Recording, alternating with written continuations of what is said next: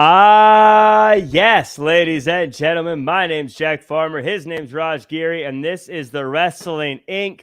I always say news and notes show, but I don't know if we have an actual name for it. I guess the Thursday show where we chat all the news in pro wrestling. Raj, how are you doing today? I'm doing well, my friend. How are you?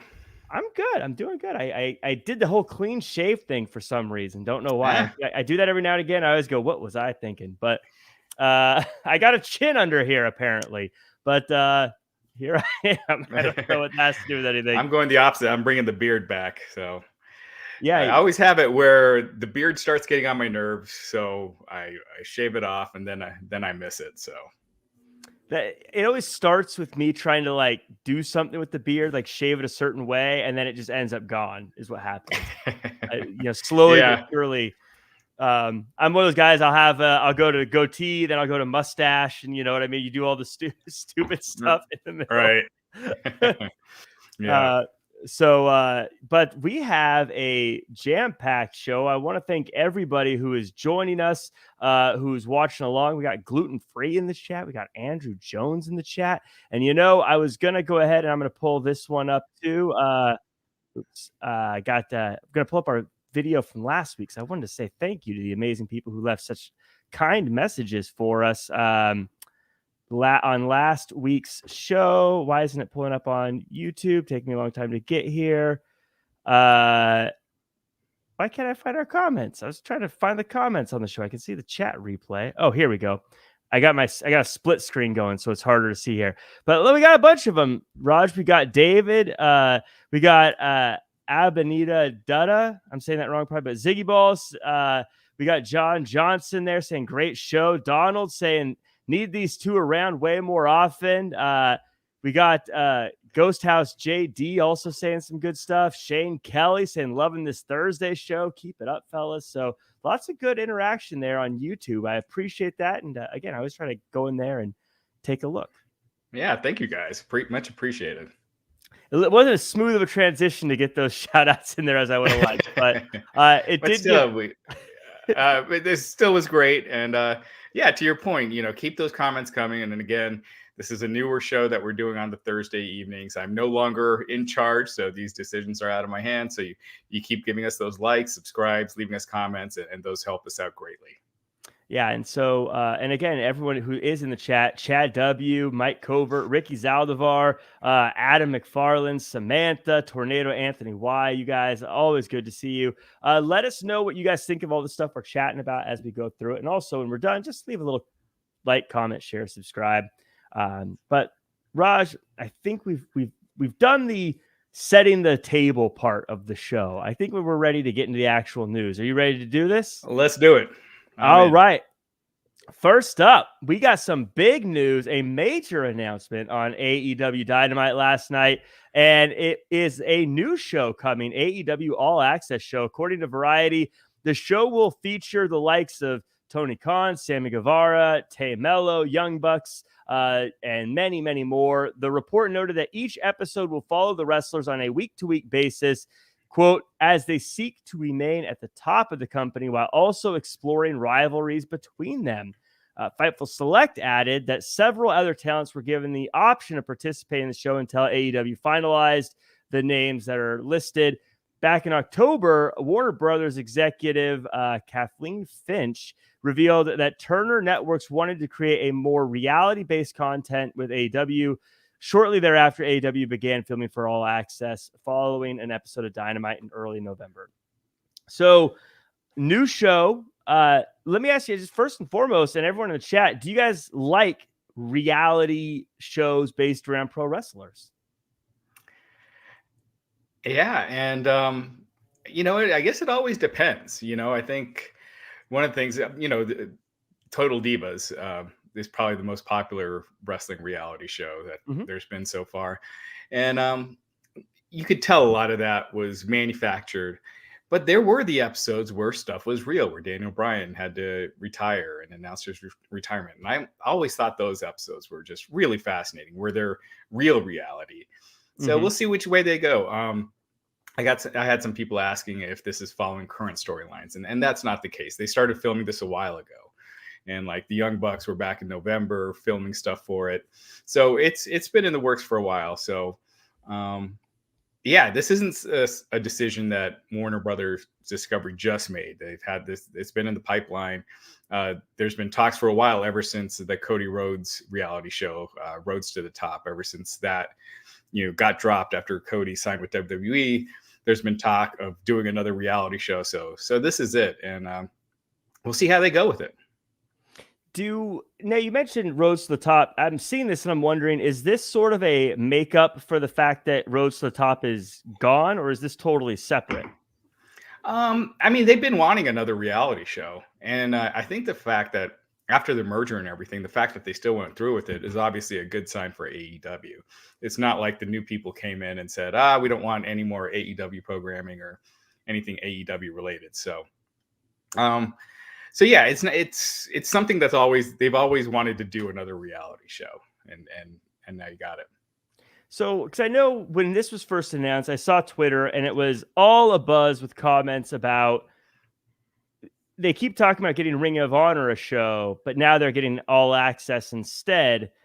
It sounds like from the report, this is coming more from Warner Brothers wanting a reality show, not just AEW saying, hey, we get another time slot, let's do this instead of Ring of Honor. Right. Yeah. It's, again, they've had the reality show in the past, and they wanted, something reality based, and, they want to keep that AEW audience. They have Power Slap on right now. Power Slap, that audience drops huge from AEW. I mean, as an example, and we'll get into the ratings a little bit, but AEW did over 1 million viewers this last Wednesday night, and Power Slap did, 300,000. So that's a huge drop, from AEW. And this is something that is more likely to retain a big chunk of that audience, or at least a decent chunk. And so yeah, it's a smart move. It's a way to add programming that'll keep AEW fans hooked without adding an extra hour of wrestling, because you don't want that, in my opinion. 3 hours is, as we've seen every year that since Raw went to 3 hours, their ratings have mostly gone down until this year. And also that first to third hour used to always go up, and then it started going down. I wonder if there are Power Slap fans on Twitter that argue ratings and are like, well, they only have a strong rating because they have a hot lead-in, the same way wrestling fans talk about pro wrestling ratings. There might be. I mean, I've never seen the quarters, but you would assume that first quarter of Power Slap is by far the highest rated. So without that first quarter, I'm curious what they do. Yeah. So we'll see it'll be interesting to see how real the reality show is and how worked the reality show is, especially with people like, I didn't know the show was coming, but watching like Sammy Guevara and Tay Mello and how they've acted on Dynamite, it's felt like they wanted to be a reality show couple for a long time. So it'll be interesting to look back and see if that's part of what they were trying to do, or if that's just coincidence, or however that works out. But I think Eddie Kingston said he had some thoughts on it on Twitter, which was interesting. Yeah. And there was a lot of drama in AEW last fall. So we'll see how much of that is addressed. We'll see if the CM Punk drama is brought up at all. So yeah, I'm looking forward to it. I think it'll be fun. Yeah, this was November. It was September, right? That the CM Punk stuff happened. Right, but then the Elite returned in November. So they'll have to cover it because they're coming back. So you would think it would be mentioned. So. They can't just be like, we were gone. Where were you? Away. Right. Getting ready for this pay-per-view. This is all access. 2 months. So very interesting to see. Are you guys everyone in the chat, let us know if you're going to check out All Access and if you're going to watch it. I'd love to see it'll be interesting to see what kind of ratings it gets. Total Divas did a lot of good, I think, for WWE and for pro wrestling in getting people to know who certain wrestlers are. I know I was most into UFC when I was watching The Ultimate Fighter, because I was getting to know who the fighters were, and it made me invest in them. So this could be a good thing for them. We'll see if it pans out that way. Yeah, Ultimate Fighter made me a UFC fan. Yeah. And some people in the chat bringing up Tough Enough, and that would probably be the most successful pro wrestling reality show. I didn't count that just because it doesn't follow the current stars. It's, you know, it's more a separate competition. But yeah, that would be the most successful for sure. Yeah.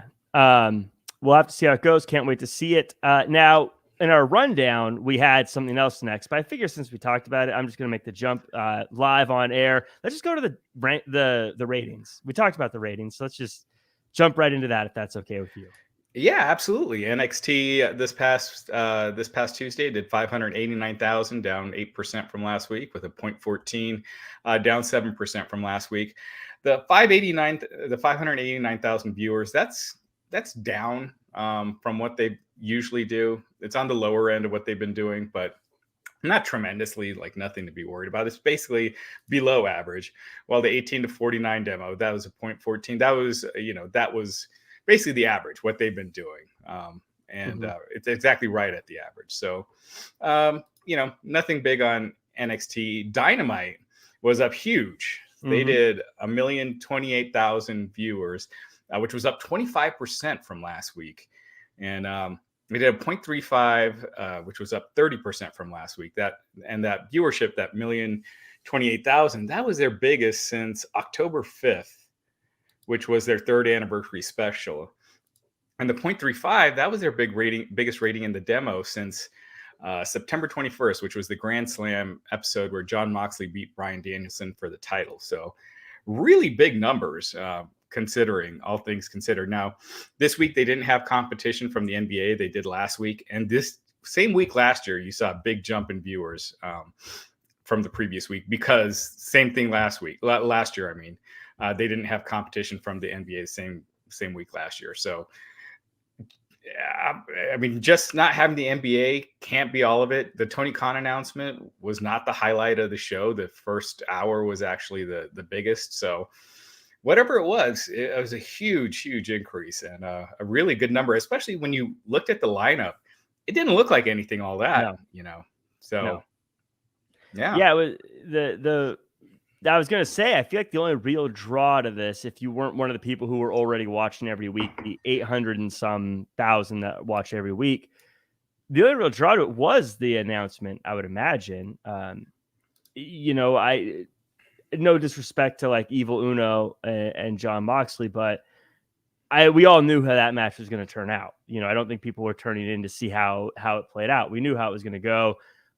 It's actually kind of interesting that the drop-off happened about the time the Battle Royal and the main event started, because you would think those would be your big drawing points. But in general, oh, sorry, go ahead. No, but I was going to say, but I guess, I mean, the only thing I can think of that would get people to tune in outside of the NBA would be that announcement. And so I wonder if they're going to look at this and say, we need to go back to doing the major announcements every week.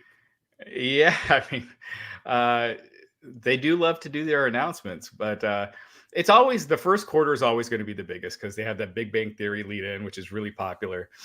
So that's always the biggest. The last 2 quarters, one of those is usually going to be the smallest. So this was, pattern wise, it was regular, but the number of people watching was way up. So, yeah. So I think the big thing is the NBA really affects their numbers. I don't remember. I guess we don't really have a whole lot. Do we have a history of seeing how NBA impacts wrestling numbers? I know obviously we have Monday Night Football with Raw, but I guess I feel like this doesn't come up that often to see that big of a jump and that consistent of a jump, I guess, because they've been in like the 800s for the past few months, it seems like. I'm not a big basketball fan. Are you? Do you know when the NBA season starts? I always say I Sports Center follow it, but I'm not like deep in it. So anyone in the chat? Oh, sorry. Oh no, like you know, I read headlines and stuff, but I'm definitely not like in it, if that makes sense. Yeah, if anyone in the chat can let us know when NBA season starts, and I can just kind of do a quick look. But I think it's like September, or maybe later. It's October, is what Phil McCracken is saying.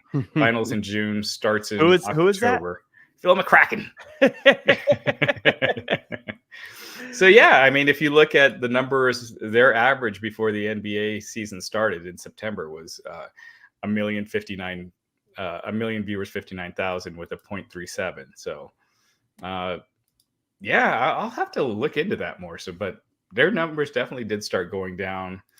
It was, yeah, October they started going down, and before really going to the bottom in November, and then rebounding a little bit in December. Yeah, we'll have to keep an eye on that. But good number for them. Hopefully, they are going to keep some of those viewers. Hopefully, they got some people invested from that, and they keep it at that million mark. Yeah.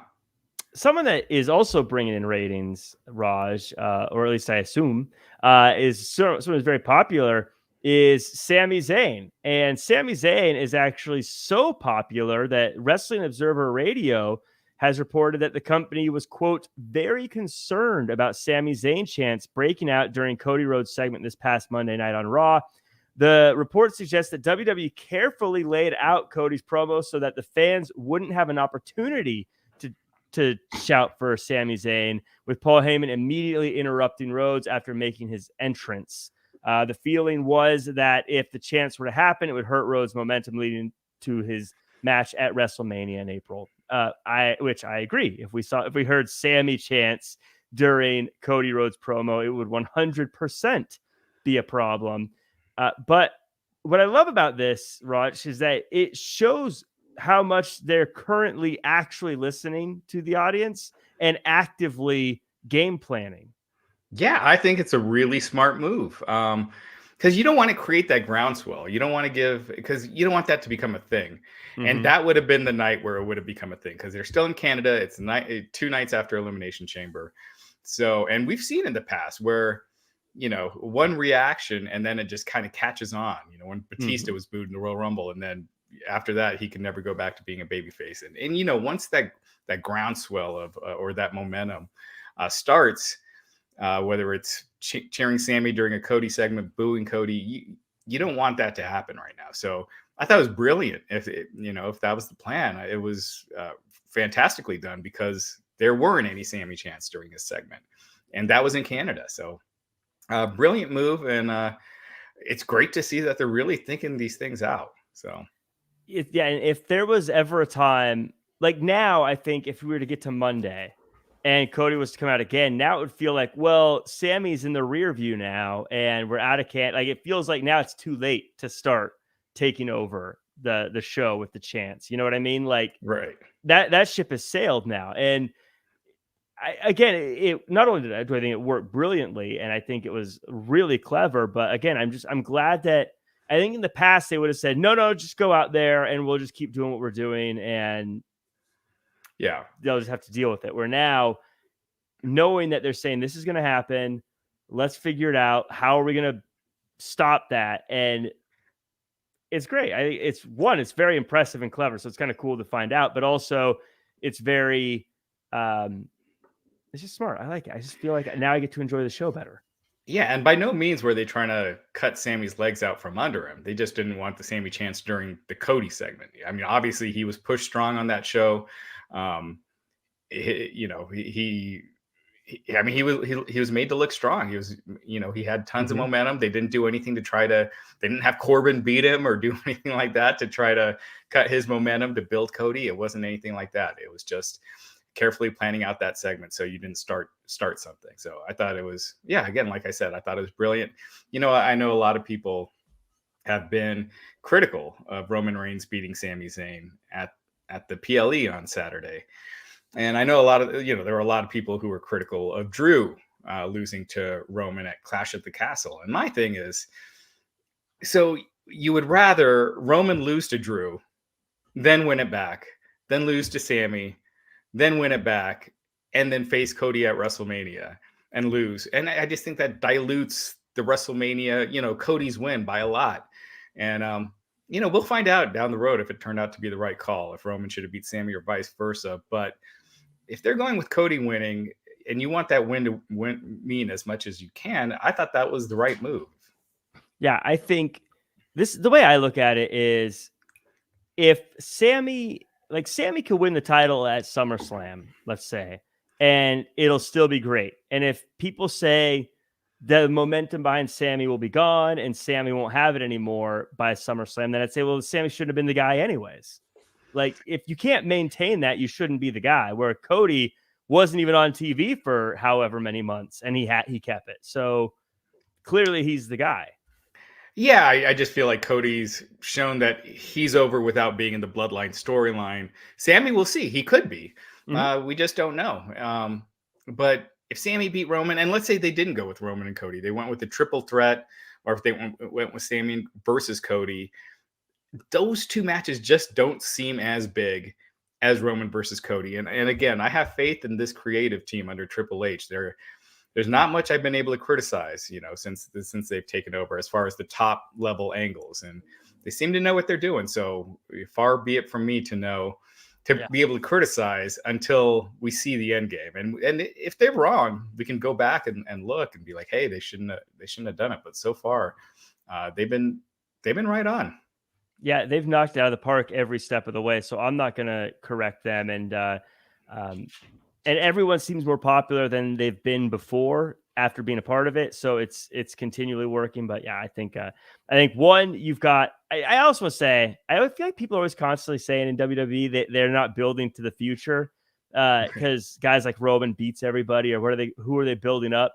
And I think, look at how quickly they made Sami Zayn the most popular person in pro wrestling. They can make anybody popular.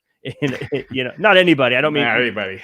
you know what I mean. But I mean, right. like, if they need somebody to be the guy, they'll find a way to make someone the guy when they need them to.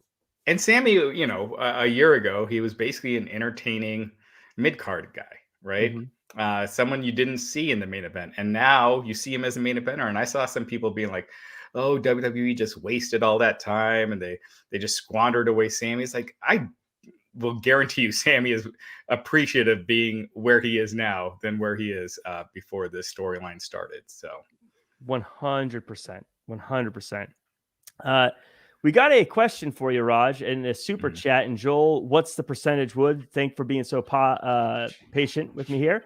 But Joel asked you, Raj, 1 year from today, February 23rd, 2024, who owns WWE and who is head of creative? Oh, that's a tough one because I mean the easy answer is the highest bidder. We haven't really talked about Vince, WWE wanting, putting publicly out there they want $9 billion, and I saw some people critical of that, and like that makes sense to put out the biggest. Take the number you think you can get and put out a bigger number. You don't want to put out a smaller number or that number. You want the bigger number. So if they come down, you seem like you're settling, but you're getting what you want. So yeah, when you're selling, you don't want to undervalue your product. Negotiation 101. Right. But $9 billion, there's not many media companies that I can see wanting to put that, and I can see Saudi Arabia easily. They could easily afford it. So, gosh, if I had a betting favorite, that would probably be it. If you are, go ahead. I was going to say how that would affect their TV deals, sponsorships, all that. That's no longer Vince's problem. Yeah.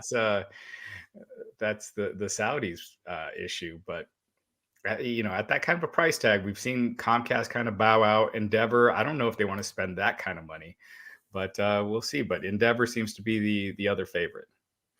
If Saudi Arabia said, yes, here is $9 billion, we're happy to pay you, and all the other media places like NBC or whoever, they're saying, we'll pay you, but not that much. Is there any reason, if you're Vince McMahon, to take less to keep it in an American owned company? Or since, like you said, he's out, it's not like he needs to worry about the company's success after that. He's selling it. Like, so is there any reason for him to care outside of just like, I hope it does well? Gosh, I can't think of any, because it's not like keeping his kids employed because they're both gone.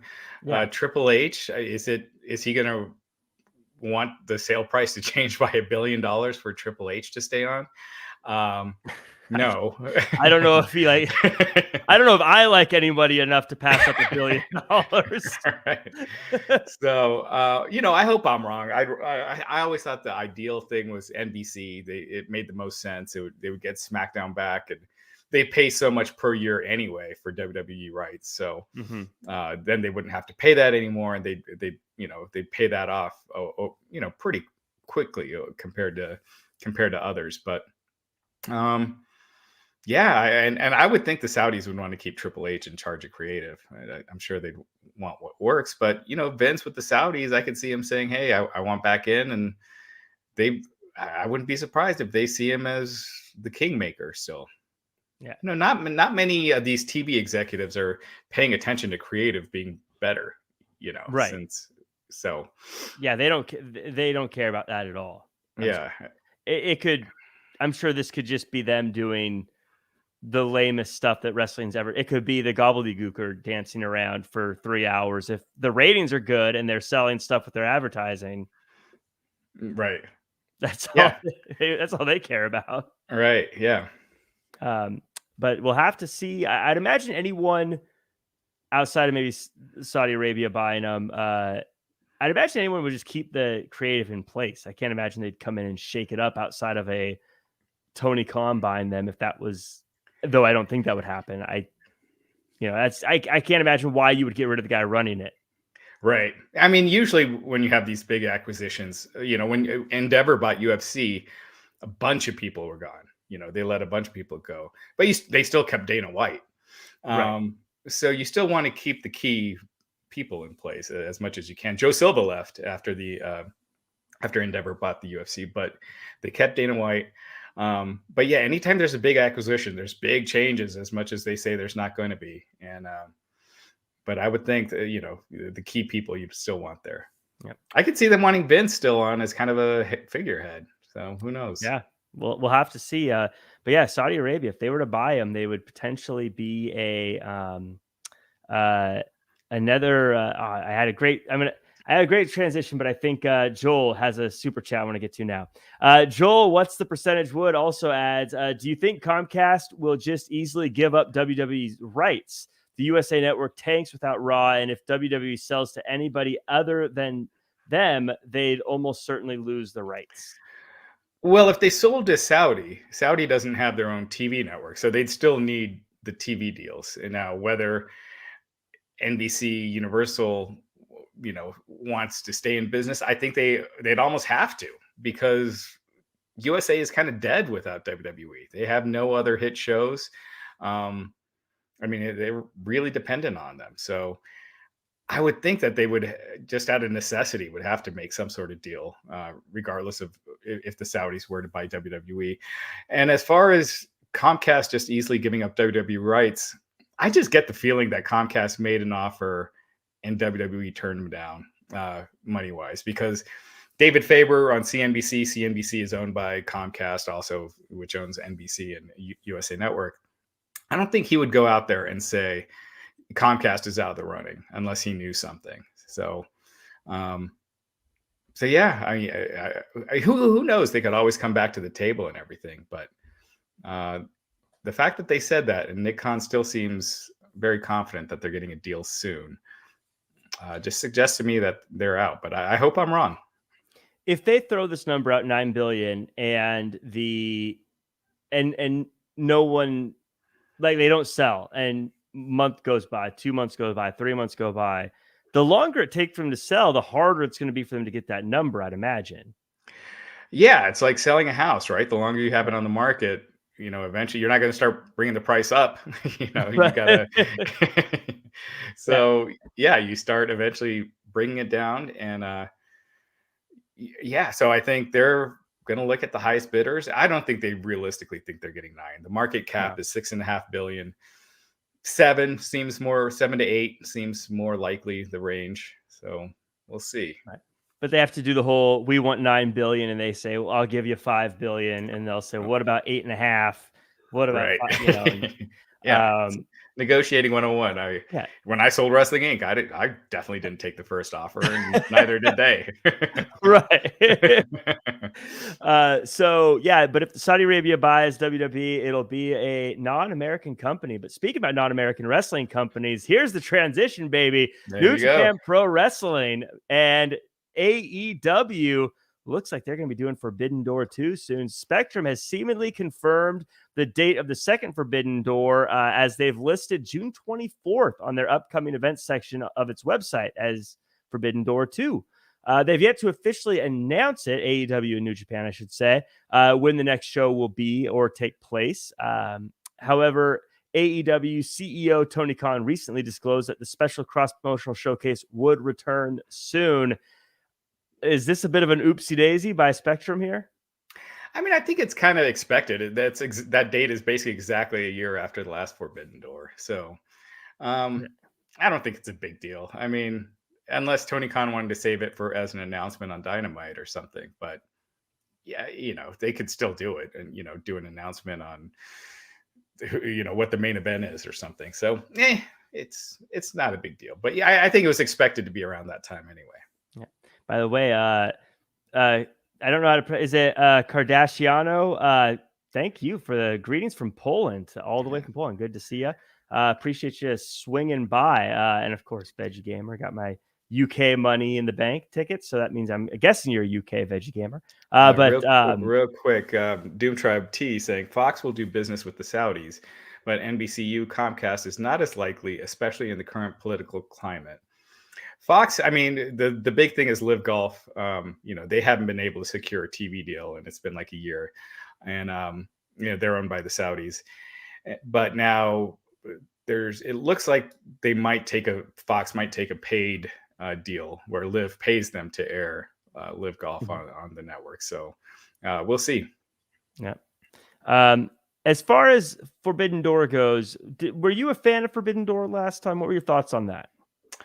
I thought it was a really good show, but I thought the story. I just felt like AEW, their momentum paused after Double or Nothing, and their ratings went down. I thought the interest went down, so it's like they sacrificed a month of momentum and they did great for Forbidden Door on pay-per-view and a huge gate, but I just felt like it just kind of really dropped their momentum last summer. So I don't know if it's something with like a 1 or 2 week build. I think the people that are going to buy it anyway. You don't need a month build. And so you just have it as a special event on the side, but you keep your other storylines going. Then I think that's the better business move personally. Yeah, I agree with you. I think the show was good. I do not like how it felt very like the old days of the Saudi Arabia shows in WWE, where it feels like they just threw everything in the trash and said, now we're doing a 4-week build to this one show that has nothing to do with anything else. Right. DX is back for a month and right. Yeah. And so I wasn't a big fan of that. I kind of feel like last time they relied so heavily on but it's this guy versus this guy. That's the story.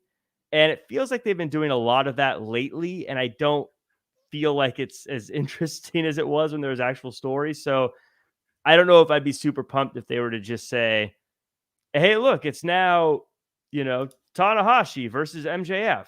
I mean, cool, but I want more to it than that. I don't know. Right.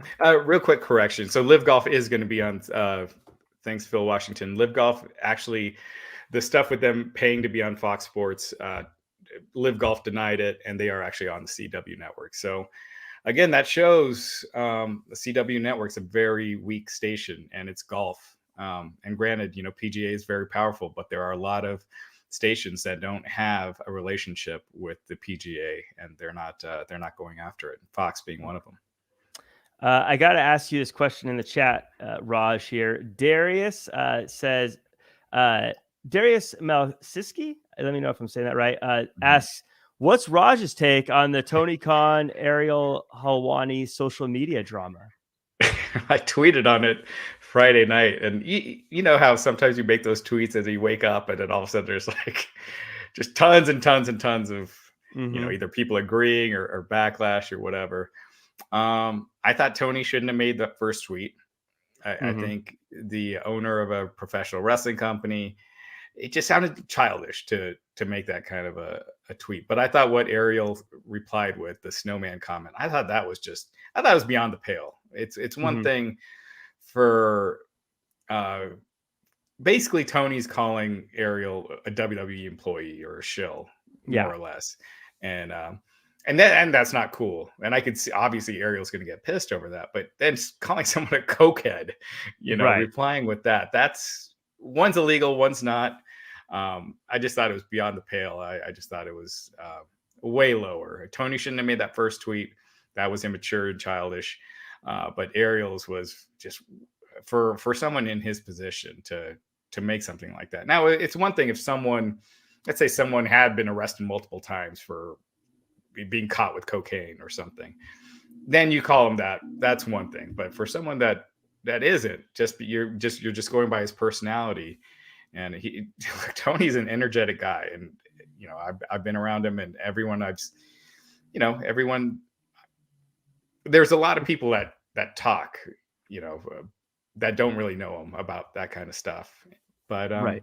he's just drinking coffee all the time. He's amped up. He's always going. So I don't know. Yeah. Anyway, They're both pretty big accusations and things you shouldn't say unless you know or have proof of something. But in general, I know I said this on Raw, I believe, the Raw after show, but I know you and we love it when companies take shots at each other and stuff like that. But I felt like this one it's different when a $1 billion company takes a shot at an individual. That to me is like punching down. But it's different when it's $1 billion company taking shot at $1 billion company, or wrestler taking shot at wrestler in a way that also is kind of within wrestling.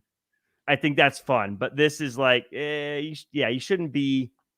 I don't want to see, Jeff Bezos, calling out some individual reporter and saying horrible things about them or something like that. It's just, yeah, it was childish. It was like his feelings got hurt because Ariel was on that show and Ariel said bad things about their interview. yeah, But yeah, responding with like that wasn't cool. And look, I thought WWE with the unbiased reporter, I had no problem with that. I thought it was, like you said, the companies that's kind of taking a shot at AEW, and I'm totally fine with that. I'm totally fine when AEW takes shots with WWE. But if WWE started using Snowman, then I think, again, that's beyond the pale. right. Because it would be a bit like them commenting on, like AEW commenting on Vince McMahon allegations and things like right. that. It's a bit like, yeah, some things you just leave. And the Vince McMahon allegations are real. Like that's Right. something that's true, and they're still not doing that. So, but but taking shots at the others' creative or things like that, or comments they've made, I think there's nothing wrong with that, in my opinion. Yeah. Let's get to, we talked about one big show coming up. Let's talk about the biggest show of the year coming up in pro wrestling. I'm going to get some AEW fans who are upset that I said that, but WrestleMania is coming up. I love AEW. Okay, guys, come on. WrestleMania is sort of the tent pole, big one of the year though. Let's talk about the card. Now, I saw a tweet from you. So I'm quoting Raj Giri here, talking about, Max Caster commented on Vince allegations in one of his raps. True. I can't remember it, but I believe you. Yeah, that sounds right. I'm not going to argue that. But you put down a list of the card for WrestleMania as it stands now. We got Roman Reigns versus Cody Rhodes, Charlotte Flair versus Rhea Ripley, Bianca Belair versus Asuka, Bobby Lashley versus Bray Wyatt, Brock Lesnar versus Omos, Seth Rollins versus Logan Paul, John Cena versus Austin Theory, Edge versus Finn Balor, possibly Hell in a Cell, Rey Mysterio versus Dominic Mysterio, the Usos versus Sami Zayn and Kevin Owens, Ronda Rousey and Shayna Baszler versus Io Sky and Dakota Kai. And you also added your guesses of Becky Lynch and Lita and Trish versus Damage Control, and Gunther versus Drew McIntyre. That to me sounds like an absolutely stacked card. I agree. I think anytime you put a card out, you're always going to get people saying, especially on Twitter, you're going to get the positives and the negatives. And I think outside of Brock versus Omos and Bray versus Lashley, I think it looks like a very stacked card. It's very deep. The Gunther and Drew, I'm kind of just going by what they've been doing on TV. It could easily be Gunther, Drew, and Sheamus in a triple threat. I could easily see that happening. Yeah, I think it looks really good. And I think, gosh, I think it'd be so much better if they got Brock and Lashley, for the fourth time in some kind of gimmick match, like a fight pit or something like that. Like we talked about, was this last week that we talked about it? Maybe, I think so. But either way, I Doesn't agree. Elimination Chamber feel like 3 weeks ago? It does already feel like that's what I was saying with Sami. It feels like it's too late now to go back and talk about him. That match, Elimination Chamber was 3 months ago. I don't have time to talk about that. Yeah. So I agree. I think it's a solid card. I think Roman versus Cody, the way it's already been built, that first face-to-face that they're going to have, I think is going to be electric. Yeah, I love that Cody even teased it. Like in one day, someday soon, we will be face to face. I was like, oh my goodness, that's going to be insane. But what I love about these, and every match here has something that fascinates me, because even like Brock versus Omos, look, I know that's not getting many stars. I know it's not going to get, be the match of the night, but from a WrestleMania spectacle standpoint, I think it'll be fun to see a quick, two big guys beating each other up, and ideally Brock Lesnar F5ing Omos, I think would be just wild to see. So I'd be there to see that. Yeah, I can tell you the match right now. It's going to be Brock coming in strong. Omos takes over, hits a couple tree slams, goes for a pin. Brock kicks out. Tree slam, goes for a pin. Brock kicks out. And Brock gets up, tackles him, hits an F5 kick out, and then like 2 more F5s and gets the pin. So it's going to be one of those 4-minute, Brock has like 3 standard matches. Yeah. One is like a 5-second squash. One is like just big move for like 4 to 5 minutes.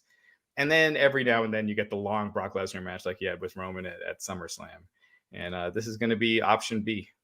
I think I saw someone was talking about Hogan once, and he was saying something like, they asked him, like, so what do you want to do for the match? He said, well, I got 3 matches. Which one do you want to do? Right.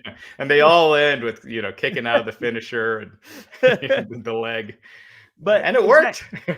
But exactly with Omos Brock, if it's like a 5-minute match, like just the visual, I think I get it. Spectacle, fun, cool. I'm not going to be like probably watching it again in the future, but it'll be an easy watch. I hear your point. And again, sometimes we book for the internet and not think about the masses. And even though the WrestleMania crowd is typically a very smart, a lot of internet fans in the crowd, but regardless, I think Brock just F-ing Omos, that's going to be the thing for that. As far as Lashley and Bray goes, that could just be ugly. And Lashley having to deal with Hocus Pocus and Magic. They've done such a good job with him. He's one of the few people that have ended a feud with Brock on top as far as wins go. And him having Flashing and Uncle Howdy, all that stuff. I am so excited to. I'm actually very curious to see how this goes. What's up, Thomas Bison? Good to see you. Thanks for coming through. Justine, I think I saw you join the chat a little bit earlier too. Adam as well. But we have, I'm actually very interested in how that's going to play out, because I can't imagine Lashley acting spooked. I can't imagine him doing a lot of the stuff that people have had to do in the past. And so part of me thinks that either it's going to be different, or I imagine Bobby's just going to no-sell everything. But yeah, with Bray Wyatt, though, Bray Wyatt's one of their top guys. And, LA Knight didn't really sell any of the spookiness. He wasn't acting scared of Bray during that whole feud. But, you see how that ended up for LA Knight so far. Hopefully they give him something, because that dude is so talented. He's so entertaining. Yeah.